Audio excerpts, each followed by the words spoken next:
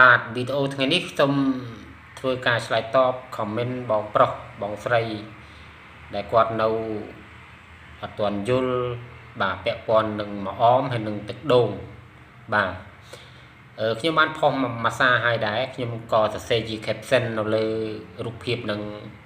លម្អិតឲ្យដែរប៉ុន្តែគាត់អត់ទាន់យល់ឥឡូវនេះខ្ញុំមកបកស្រាយឲ្យយល់ទាំងអស់គ្នាបាទពាក់ព័ន្ធនឹងបញ្ហានោមញឹក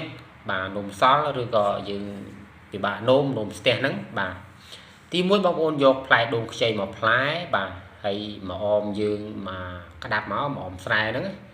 តែបើបងប្អូនរកមកអមស្រែអត់បានបងប្អូនអាចទៅទិញតាមផ្សារក៏បានដែរបាទបងប្អូនយកមកអមមកក្តាប់មកលាងទឹកវាឲ្យស្អាតទៅបាទរួចហើយក៏យកទៅបុកឬក៏កិនវាឲ្យម៉ត់បាទកិនឲ្យម៉ត់ទៅហើយបងប្អូនកាត់ដូងខ្ចីមកផ្លែយកទឹកវាមកបាទ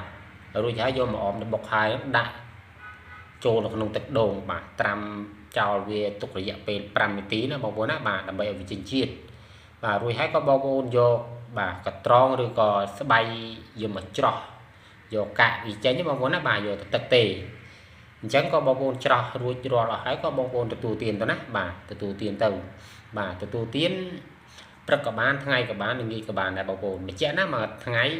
បាទហូបតែមួយផ្លែទេបាទយើងហូបពេលណាក៏បានដែរណាបងប្អូនបាទអញ្ចឹងវីដេអូខ្ញុំបាទឆ្លើយតប comment បងប្អូនសង្ឃឹមថាបងប្អូនទាន់ទាំងអស់គ្នាបាទ